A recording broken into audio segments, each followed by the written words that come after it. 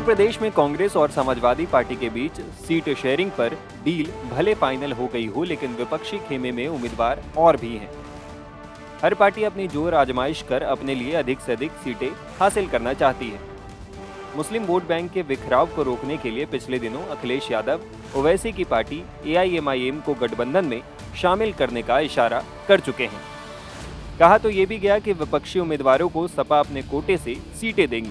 हालांकि अभी तक ओवैसी के साथ सीट शेयरिंग की डील फाइनल नहीं हुई है। इससे पहले AIMIM ने अपना दावा 5 सीटों पर ठोक दिया है। इतना ही नहीं, समाजवादी पार्टी को अल्टीमेटम देते हुए AIMIM ने यहां तक कह दिया है कि अगर उन्हें 5 सीटें नहीं मिली तो फिर पार्टी 25 सीटों पर अपने उम्मीदवार उतारेगी। अब सवाल ये है कि AIMIM किस आधार पर 5 सीटों पर दावा ठोक रही है। इसके लिए पिछले विधानसभा चुनाव की तरफ देखना होगा। AIMIM ने यूपी विधानसभा चुनाव 2019 में अपना जोर दिखाया था। इस चुनाव में भले ही पार्टी को 0.49% वोट मिले, लेकिन बिजनौर, नकुड़, कुर्सी, शाहगंज, सुल्तानपुर, औरई, फिरोजाबाद, जौनपुर, मुरादाबाद नगर विधानसभा सीटों पर AIMIM के उम्मीदवार सपा प्रत्याशी की हार का कारण बने थे। AIMIM सपा के मुस्लिम वोट बैंक में धीरे धीरे सेंधमारी करने में कामयाब होती दिख रही है। सूत्रों के अनुसार AIMIM ने आजमगढ़ से राशिद अली को चुनावी मैदान में उतारने की रणनीति बनाई है। AIMIM प्रवक्ता मोहम्मद फरहान ने मीडिया से बातचीत के दौरान 5 सीटों पर चुनाव लड़ने की बात कही है। उन्होंने कहा, अगर सपा की ओर से 5 सीटें नहीं दी गई तो हम 25 सीटों पर अपने उम्मीदवार उतारेंगे। इसके बाद अगर मतों का बिखराव होगा तो उसकी जिम्मेदारी सपा की होगी। हालांकि हमें उम्मीद है कि हमारी बात मान ली जाएगी।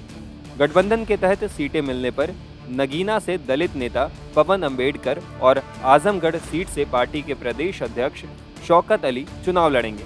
मुरादाबाद, संभल और आंवला सीट पर बाद में उम्मीदवार तय किया जाएगा। अपनी पार्टी की बगावत और विपक्षी एकता पर अखिलेश यादव क्या बोले, ये भी सुनिए।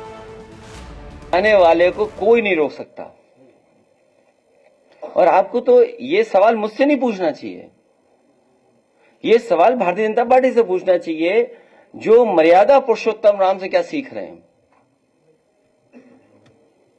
उनकी मर्यादा कहां है? आपको मंत्री बनाएंगे, आपको कुछ और बढ़ा दे देंगे। अभी एक पत्रकार साथी कह रहे थे किसी को लोकसभा दे देंगे। तो अभी तो वादे किए हैं, वादे कब पूरे होंगे? और जब वादे पूरे नहीं होंगे तो बीजेपी कैसे रोक पाएगी उन सबको? लेकिन अभी आपने कोई कार्रवाई नहीं की है। अभी तो वो जो नियम है उसके तहत कार्रवाई होगी।